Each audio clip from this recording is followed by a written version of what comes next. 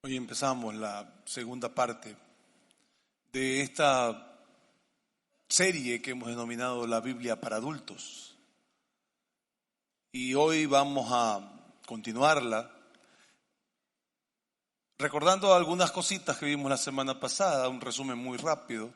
Si usted se la perdió, pues ya sabe que la puede encontrar en el podcast o en el Spotify, ¿no? Donde están nuestras prédicas. Y la semana pasada empezamos con esto y dijimos que la razón por la que hacíamos una serie como esta era porque las historias en la Biblia, que es lo que nosotros conocemos, se hacen reales cuando yo conozco la historia de la Biblia. Porque muchos conocemos las historias en la Biblia, conocemos de David, conocemos de Jesús, conocemos de Pablo, pero muy poquitos de nosotros conocemos la historia de la Biblia. Cuando niños, obviamente no nos la enseñan, dijimos la semana pasada, porque sería aburridísimo contarnos cómo llegó hasta nosotros este libro. Y cuando llegó un momento en su vida, a usted le regalaron un libro como este, probablemente en la primera comunión o cuando usted pasó por escuela dominical, dependiendo de dónde venga. Y la persona que le dio este libro le dijo: toma, léelo, esta es la palabra de Dios, haz como ahí dice. Pero lo más probable es que esa persona tampoco la había leído completa. Y lo más probable es que usted tampoco lo haya hecho. Porque no conocemos cómo esto llegó a ser. Y el primer principio del que hablamos la semana pasada fue que la forma como nosotros obtuvimos nuestra Biblia no es la manera como el mundo obtuvo la Biblia. Dijimos que para cuando llegó a nosotros, la Biblia ya estaba encuadernada, tenía un índice, capítulos, versículos, mapas, tal vez referencias cruzadas. Pero ya estaba completa, hecha. Pero así no fue la forma como el mundo obtuvo la Biblia.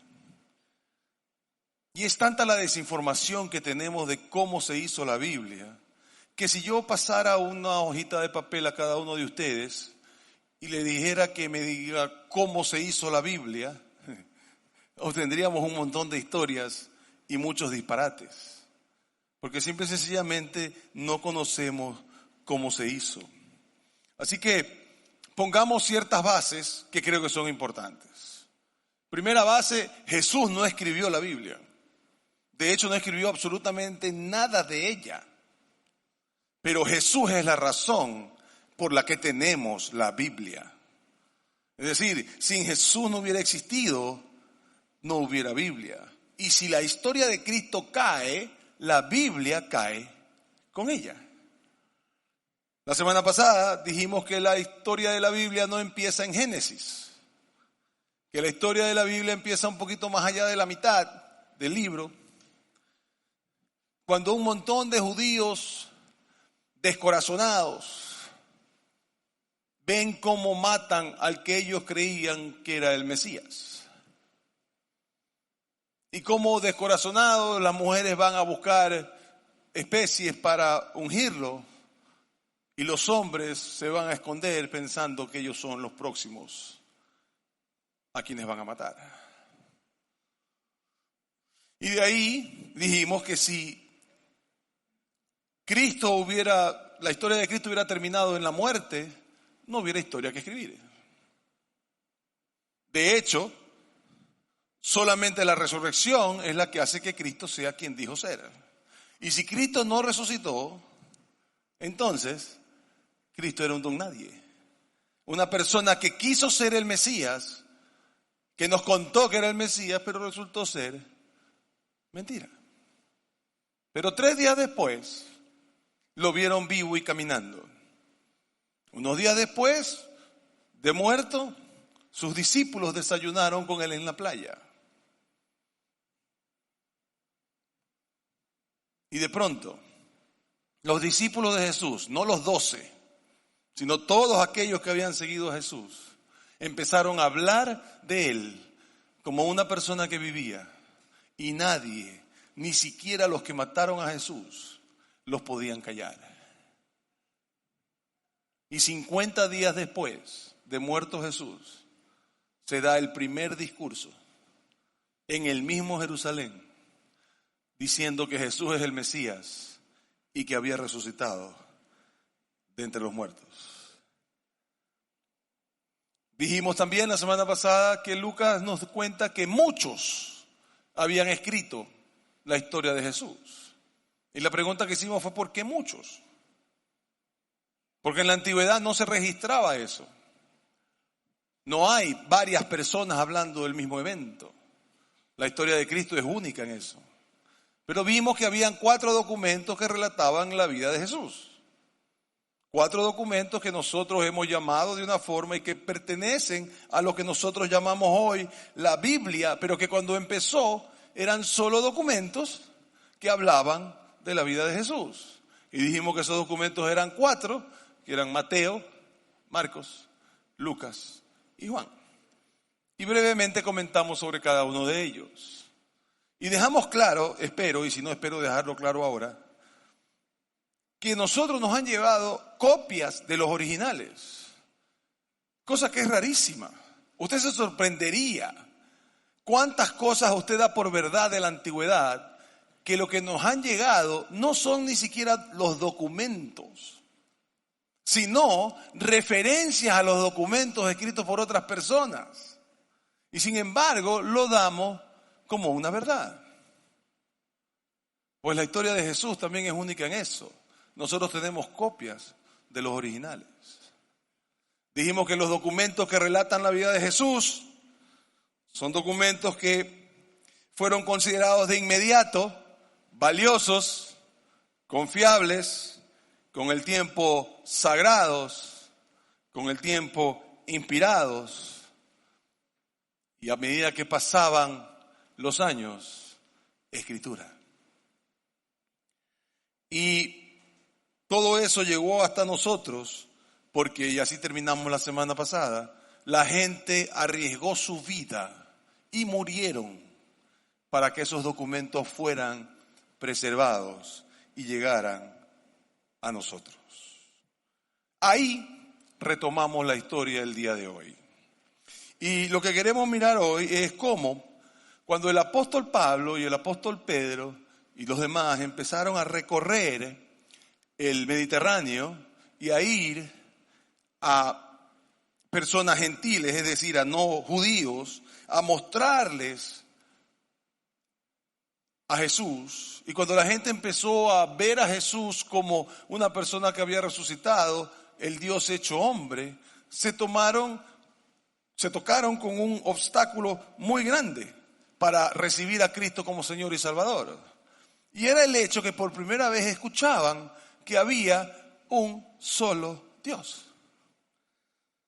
Por primera vez estaban escuchando que no era el panteón de los dioses. Usted tiene que comprender, y yo sé que es difícil porque nosotros somos monoteístas, pero cuando usted es politeísta, que le digan que hay un solo Dios, es como que usted creyera en Dios y le dijeran que no existe. O al revés, que usted no creyera y le probaran que sí existe. Era una cosa novedosa y nueva. Ellos estaban convencidos que había un panteón de dioses. Y encontraron problemático y un obstáculo que por primera vez escuchaban que había un solo Dios. Es muy importante esto porque en ese tiempo no es que usted se cambiaba de religión como hoy, es decir, usted era del Islam y se hacía cristiano, o cristiano y se hacía budista. No existían las religiones como las vemos hoy día. Lo único que existía eran dioses que usted adoraba. Y usted tenía los dioses de su familia, en donde incluía sus dioses regionales. Y si usted se cambiaba de región o otro imperio lo conquistaba y veía que los dioses de ese imperio eran más importantes que los suyos, usted agarraba a sus ídolos, los tiraba a la basura y cogía los ídolos de estos nuevos dioses. Y punto. No había ningún problema.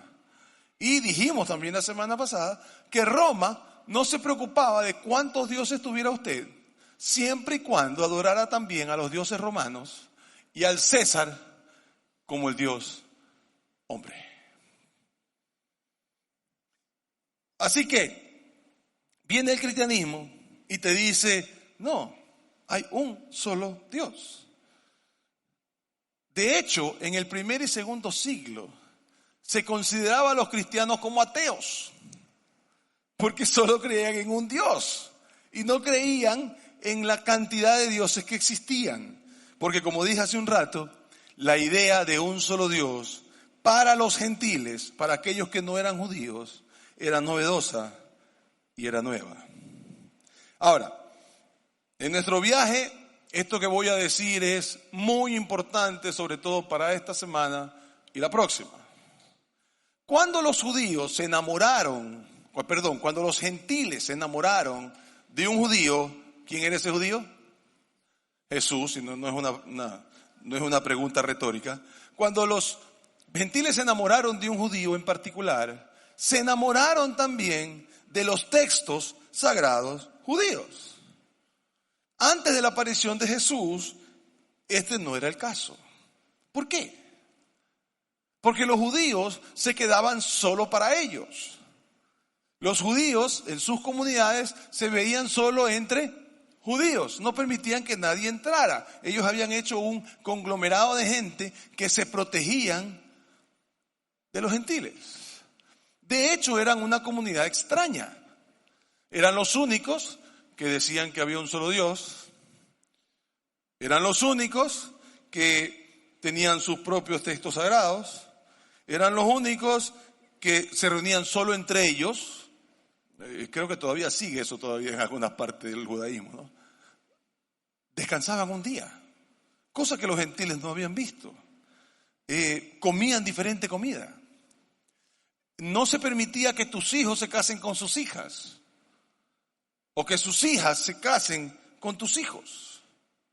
De manera que los judíos se manejaban entre ellos y eran una comunidad diferente. Incluso cuando ellos fueron a las ciudades gentiles, existían los barrios judíos, que de hecho hay algunas ciudades que usted puede visitar y todavía existe el barrio judío, porque ellos eran solo entre ellos. Entonces nadie los miraba a ver y ellos no miraban a ver a nadie. No se juntaban con gentiles. Tanto que sabemos que el apóstol Pedro es uno de los primeros que va a una casa gentil, a la casa de Cornelio, y debemos suponer que nunca había invitado a un gentil a su casa.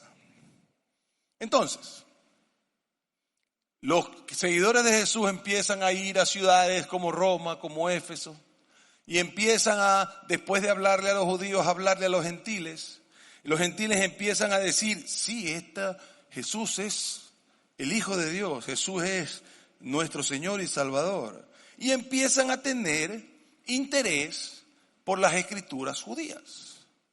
Que en ese tiempo no se las llamaba Antiguo Testamento, eso no vendría hasta mucho después. Se lo llamaba la ley y los profetas. No estaban interesados en el judaísmo. No es que querían hacerse judíos. Y esto causó serios problemas. Lo que querían era encontrar a Jesús en las escrituras hebreas y saber qué se decía de él.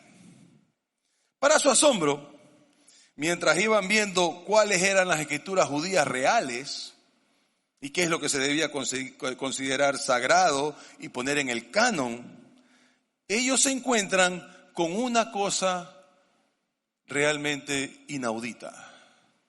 Los judíos habían creído que hay un solo Dios, Yahvé, desde el principio. Por primera vez se dan cuenta que un libro más antiguo que el que ellos tenían hablaba de un solo Dios y no de muchos dioses. Ahora déjeme hacerle un poquito de historia porque creo que es importante. Los siglos primero y segundo, cuando todo el mundo tiene que adorar al César y a los dioses romanos, hay una pregunta que creo que es interesante. Si los judíos tampoco lo hacían, porque los judíos tampoco eran politeístas, y los judíos tampoco creían que el César era el Dios hombre, ¿por qué solo se perseguía a cristianos y no a judíos? ¿Por qué no a ellos también? Y la razón es sencilla. Los romanos creían que había que respetar a lo sumo a cualquier cosa que sea más antigua que ellos. Y descubrieron que el judaísmo era más antiguo que la historia de Rómulo y Remo. ¿Está bien o no? Sí.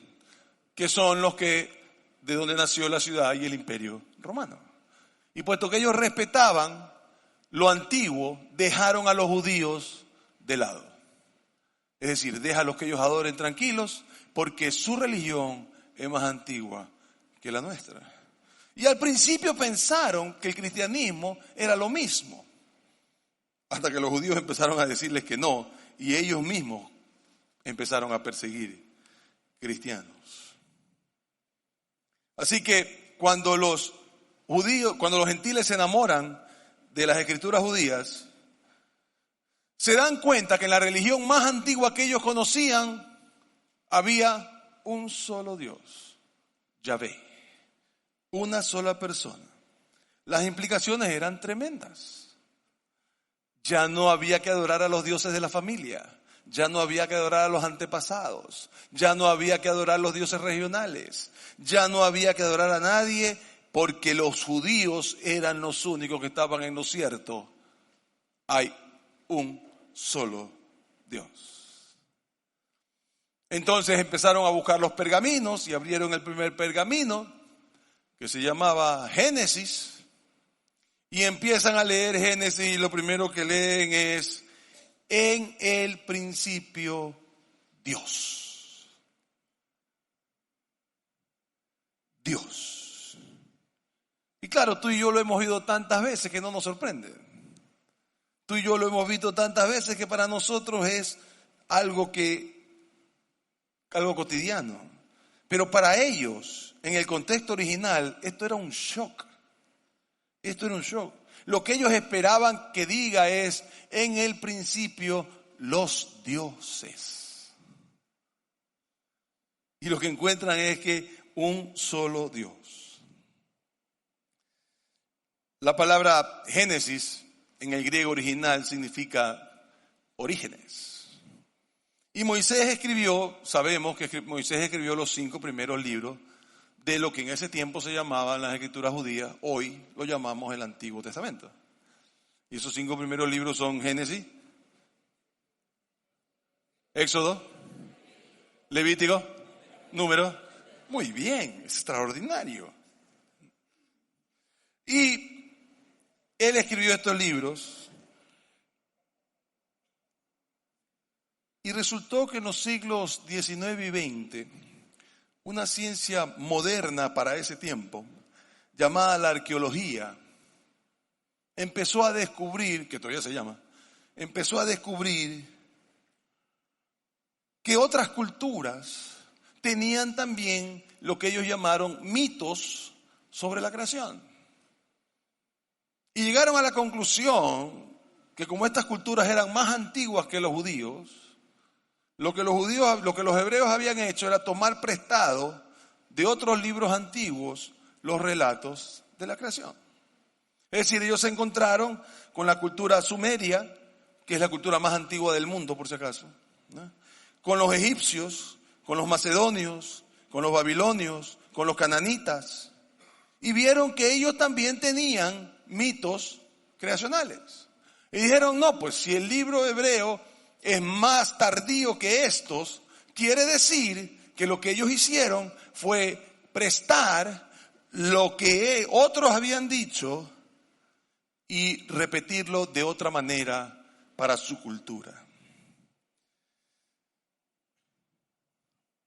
Entonces, nadie empezó a tomar en serio el relato creacional de Moisés, porque resultó que, según la arqueología, era uno de los muchos mitos sobre la creación.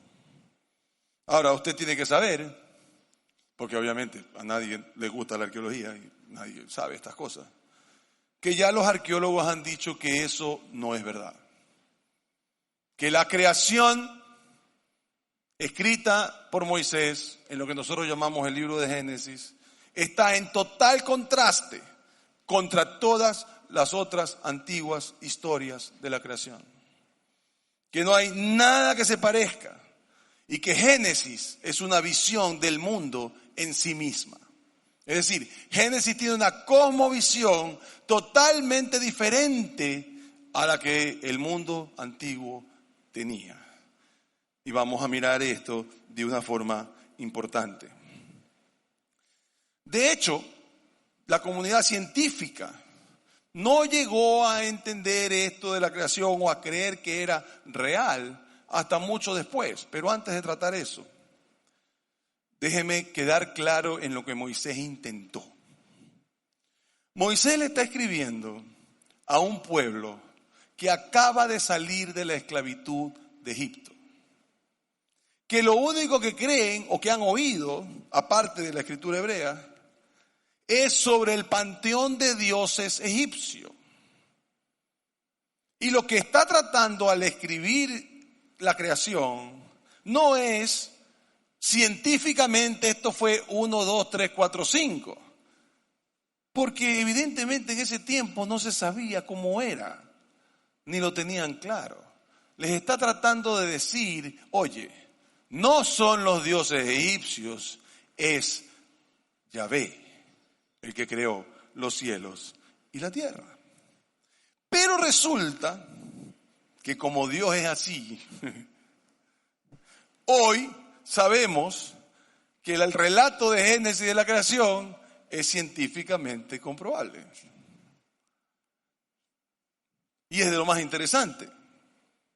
Y como yo soy loco, me pongo a hacer todas estas cosas, a investigar todas estas cosas, yo me encontré con un ministerio al que yo pertenezco que se llama Razones para Creer, en donde están astrónomos, historiadores, filósofos, biólogos, y se pasan haciendo artículos, lastimosamente solamente en inglés.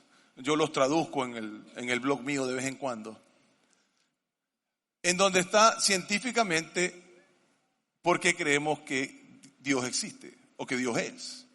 Y lo único que han sacado en español es este folletito que se llama Génesis 1, una perspectiva científica, que le dice a usted en 14 páginas, no, 30 páginas. O sea que para los que se aburren con las cosas científicas son 30 páginas. ¿Cómo está comprobado que el mundo fue creado tal cual Génesis lo dice? Cierro paréntesis, eso es solamente para que usted lo tenga claro, ¿no? Pero Moisés no intentaba eso. Moisés lo que intentaba era decirle al mundo, un solo Dios nos creó. Y nos creó de la nada.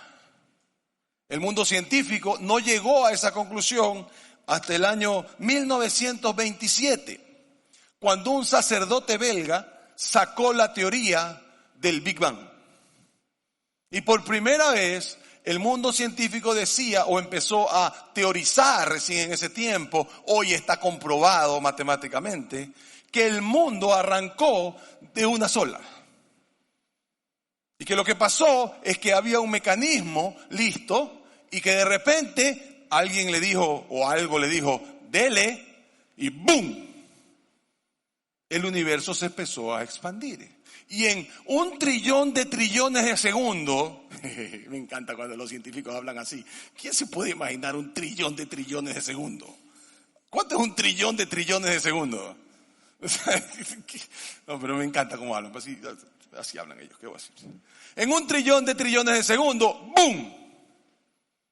Hubo una gran explosión y el universo se empezó a expandir.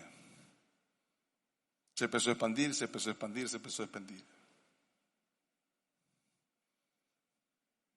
Para los escritores de la antigüedad, no era así. Aristóteles escribió que el universo siempre fue, que el mundo como lo conocemos siempre fue. Y era una teoría que inclusive Albert Einstein creía. Pero hoy sabemos que no. ¿Y sabe qué? Está escrito en la Biblia. ¿Usted se acuerda? No sé si ahora, y tendría que preguntarle a uno que está en colegio ahora, pero en el tiempo nuestro nosotros decíamos que infinito era más menos y un 8 acostado, ¿se acuerda? ¿Se acuerda? No? Sí, claro. No sé si ahora se hace así, ¿no? Entonces nosotros cuando nos hablábamos del universo, decíamos que el universo era infinito, entonces era más menos y el 8, ¿verdad? ¿Se acuerda? Y usted pasaba de año así.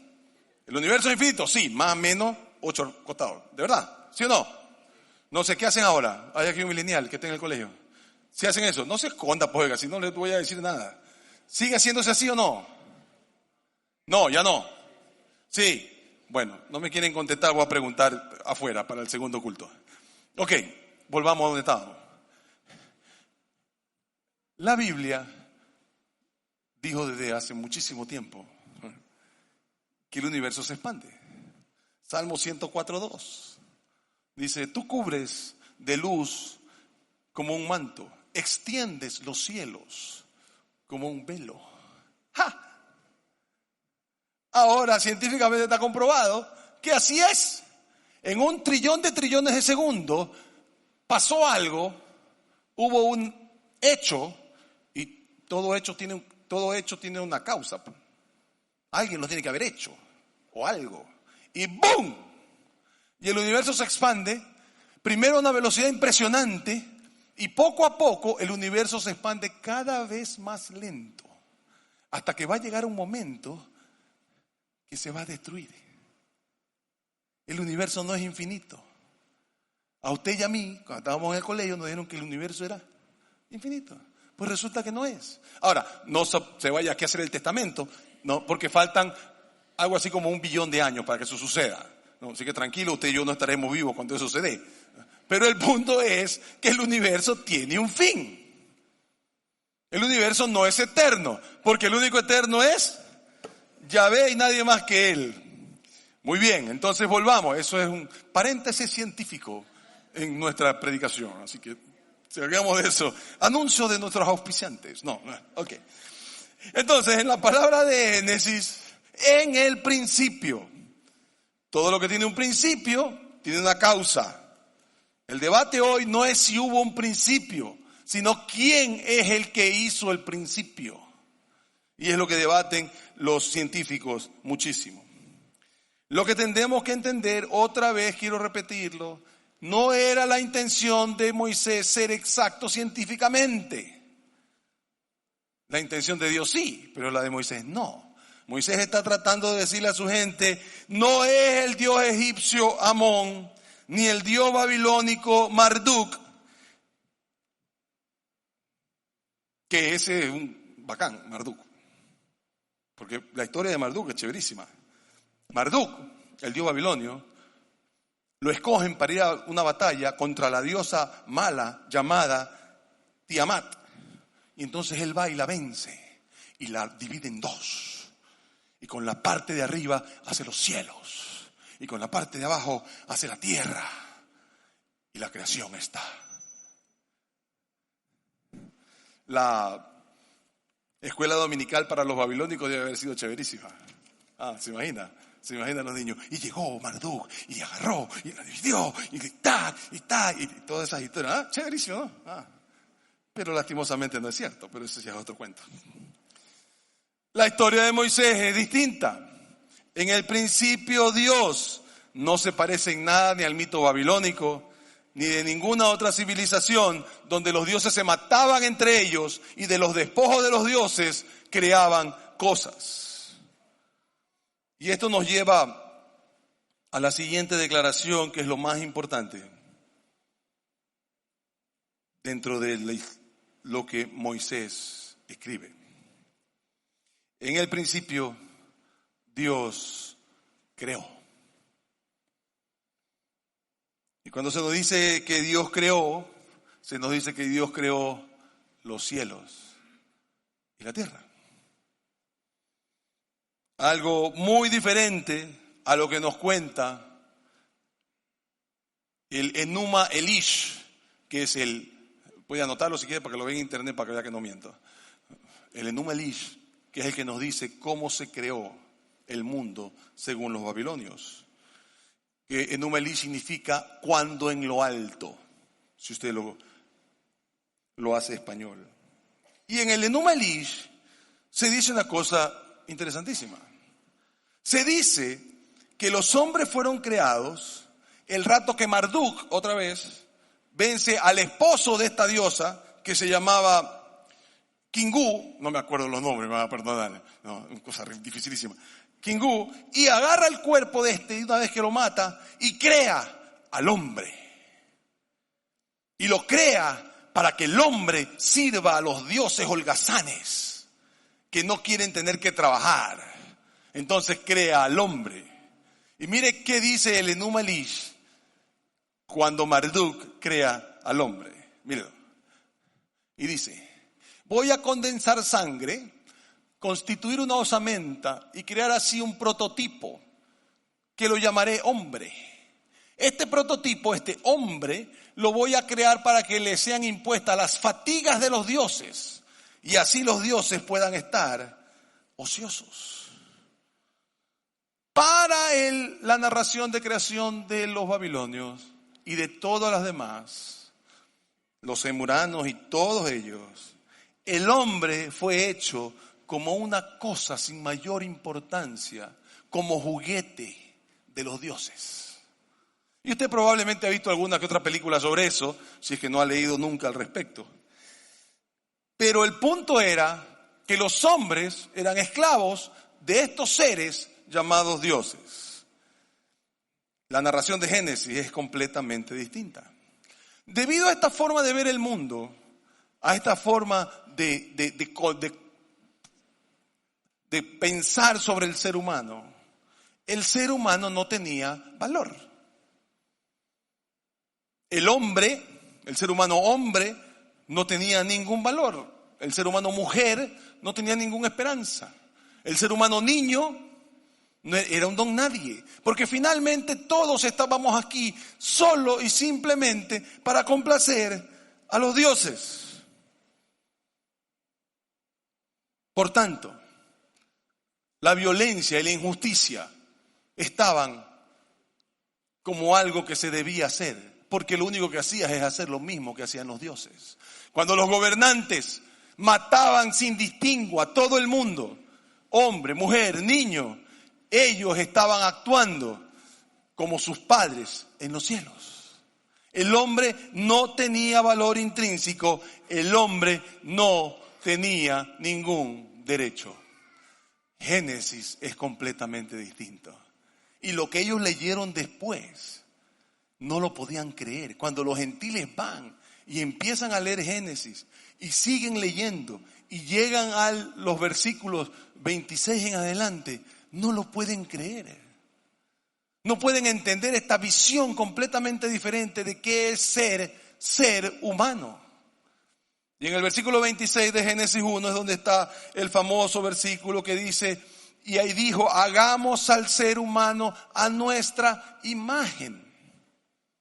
Usted se imagina cuando gentiles que venían de leer lo de los dioses, que venían de leer al panteón egipcio, al panteón griego, al panteón romano, que tenían claro que el hombre no servía, de tal manera que cuando tú eras niño te botaban incluso a la basura, porque no tenía ningún valor. De repente se encuentran con esta visión judía de este Yahvé, Dios único, que te dice que tú eres hecho a semejanza de Dios, que tienes valor, que no eres una cosa que tirar a la basura, que eres el pináculo de la creación, lo más importante de todo lo que creó Dios. Y para asombro de ellos no termina así, y quiero que trate de usar su imaginación. Usted ha escuchado esto tantas veces que le es normal. Pero piense, usted es un gentil del siglo I. Lo único que ha oído es que el ser humano no está aquí sino para sufrir y para ser juguete de los dioses. Le hablan de Jesucristo. Usted cree en Jesucristo como Señor y Salvador. Se va a examinar las escrituras judías. Y lo primero que se encuentra es que un solo Dios existe. Y lo siguiente que se encuentra es que el hombre es el pináculo de la creación de Dios. Que usted tiene valor en usted mismo. Y no termina ahí. Les dice, creémoslo para que tengan dominio. ¿What? Dominio. Pero si yo no tengo dominio de nada. Yo adoro la naturaleza. Yo adoro a los pájaros, que es el Dios ni sé cuánto. Y adoro a la serpiente, que es el Dios ni sé cuantito. Y adoro al reno, y adoro al león, y adoro todo. Y de repente viene esta visión, esta cosmovisión única, y me dicen, no señor. Usted no está para adorar a otros hombres. Ni para adorar otras partes de la creación. Usted, hombre, es el pináculo de la creación de Dios, porque usted ha sido hecho a imagen y semejanza de Dios. Hagamos al hombre a nuestra imagen y semejanza, que tenga dominio sobre las aves,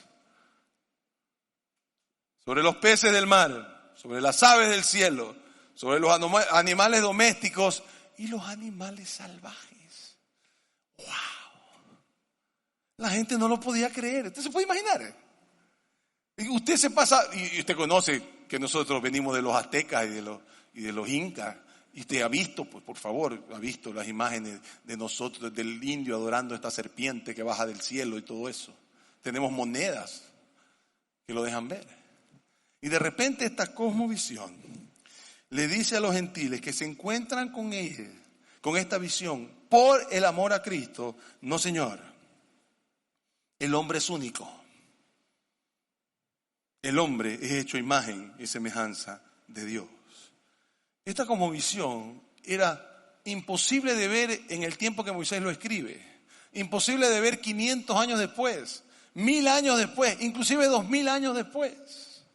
Inclusive hoy nos siguen diciendo que nosotros no tenemos valor. Génesis 27 lo repite para hacer un énfasis. Y dice, y Dios creó al ser humano a su imagen. Lo creó a imagen de Dios. Hombre y... O sea que la mujer también era creada a imagen de Dios. Mis queridos amigos y señoras, mujeres aquí. Eso debería ser suficiente para que usted creyera solo en Cristo.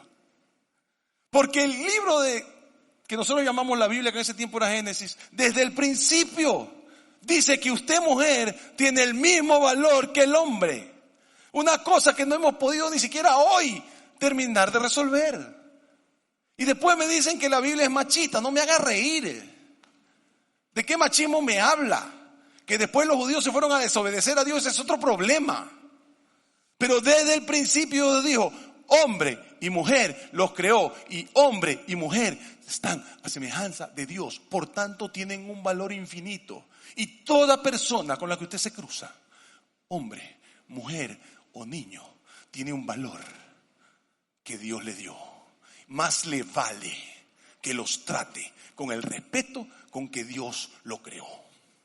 Esa es la visión de Jesús, esa es la visión de lo que hoy llamamos la Biblia. Nada tiene que ver con una visión machista del mundo. El mundo sigue sin entender la dignidad del ser humano. El mundo sigue sin entender que fuimos hechos iguales, hombre y mujer, desde el principio. Otra vez, Moisés no está tratando de ser científico. Moisés está tratando de mostrar una visión del mundo radical, diferente y sin paralelo. En donde el hombre tiene un valor y de donde sale la regla de oro. ¿Cómo es la regla de oro? Más alto. No hagas a otro lo que no quiere que tenga a ti. No. Haz a otro como quiere que. ¿De dónde sale la regla de oro? Del hecho que el ser humano tiene un valor. El ser humano es valioso porque fue hecho pináculo de la creación. Yo no dejo de sorprenderme. El Enuma Elish, babilónico de hace no sé cuántos miles de años, nos decía, el hombre es esclavo de los dioses, no tiene valor alguno, no tiene derechos individuales, no hay redentor y no hay vida después de la muerte. Hoy, que somos modernos, los nuevos ateos, el nuevo ateísmo, que está por todos lados diciendo lo que tenemos que creer, ¿qué nos dice? Que somos esclavos de nuestro ADN, que no tenemos libre albedrío, que no hay redentor y que no hay vida después de la muerte. No hemos adelantado nada. Me estás diciendo lo mismo, sino que ahora me lo dices con palabras científicas. Pero me estás diciendo lo mismo. Tu visión del mundo no ha cambiado. El hombre no tiene valor. Génesis dice que desde el principio, que en el principio Dios creó los cielos y la tierra y que creó al hombre como pináculo de su creación. No solamente eso, sino que la Biblia nos dice que Dios salva, redime y que nunca renuncia a ti y a mí. Todo esto desde el principio nos da libertad de escoger y respeta si tu libre albedrío decide no estar con Él. Y después nos dice que Dios hace la cosa más antidios que pueda creerse. Se rebaja a ser ser humano para salvarte a ti y a mí. Hace la cosa más antidios de todas las antidios que se puede hacer. Se humilla para venir por ti y por mí y resolver la mala decisión que como raza humana cometimos. Mi parte favorita es esa cuando dice Gálatas, el apóstol Pablo dice, cuando vino el cumplimiento del tiempo, Dios esperó el momento preciso para presentarse ante nosotros. Pero eso me estoy adelantando desde la 4ª semana, pero me gusta tanto que me gusta repetirlo cada vez que puedo. ¿Qué es lo que encontramos? ¿En qué se encontraron? ¿Qué se encontraron? Estas personas que empezaron a ver las escrituras judías con una cosmovisión monoteísta, con una cosmovisión de un solo Dios, Yahvé. Y ahí creo yo que lo menos que podemos hacer es tener ciertas preguntas. Usted sabe que a mí me gusta preguntar, así que ahí les va. ¿Por qué hay algo en lugar de nada? ¿Por qué hay algo en lugar de nada? ¿Por qué estás aquí? Porque si Génesis tiene razón, tú fuiste hecho a propósito y con un propósito. ¡Ja! No solamente fuiste hecho con un propósito, fuiste hecho a propósito. Dios te creó. Dios te ama tanto que quiere estar contigo. Así que para los muchachos que dicen eso de, yo no elegí nacer, papi, ¿no? Pero Dios eligió por ti, pues, y te ama. Así que eso le puede contestar. No, tú no elegiste, pero Dios sí. ¿Eh? Con eso se terminó la discusión. ¿Por qué estás aquí? ¿Por qué importas? ¿Importas? Claro que importas, porque Dios te creó con un valor. ¿Por qué debes vivir la vida como que importas? Porque Dios te creó porque importas. No eres obra de la casualidad, ni de los dioses. Eres obra del único Dios del universo. Y está supuesto a reflejar su imagen. En un momento de la creación, Dios se unió a nosotros en algo incomprensible, algo que vuelve loca nuestra mente. Él se une a nosotros y, como dije, hace lo más antidios que puede hacerse. Pero regresemos a nuestra historia. Los gentiles se enamoran de Jesús y van a buscar qué es lo que leía Jesús. Y cuando empiezan a buscar lo que lee Jesús, se dan cuenta que hay un solo Dios. Que los judíos desde el principio sabían que hay un solo Dios. Y que ese Dios había creado el cielo y la tierra. Y que ese Dios había declarado que el ser humano es el pináculo de la creación. Y que por eso vino Cristo por nosotros. Por primera vez, los gentiles se dieron cuenta que los judíos tenían razón desde el comienzo.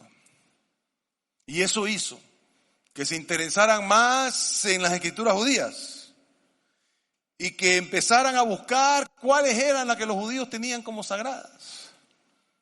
Y con el tiempo hicieron algo que llamaron el Antiguo Testamento. Rápidamente se fueron a buscar todo y empezaron a tratar de buscar a Jesús en esas escrituras. Y lo encontraron. Pero no lo hicieron porque estaban interesados en el judaísmo.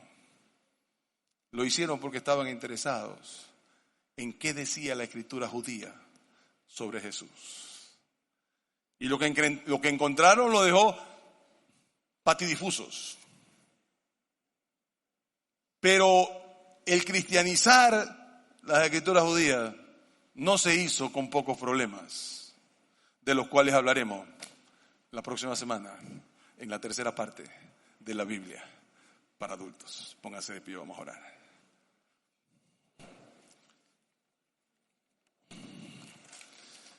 Padre, alabamos tu santo nombre. Te damos gracias por mostrarnos que desde el principio nosotros éramos tu idea. Desde el principio tú pensaste en el ser humano como alguien hecho a tu imagen y a tu semejanza, como alguien que pudiera relacionarse contigo en amor. Y te damos gracias, Señor, porque incluso cuando perdimos el rumbo, tú viniste para que nos reencontremos contigo.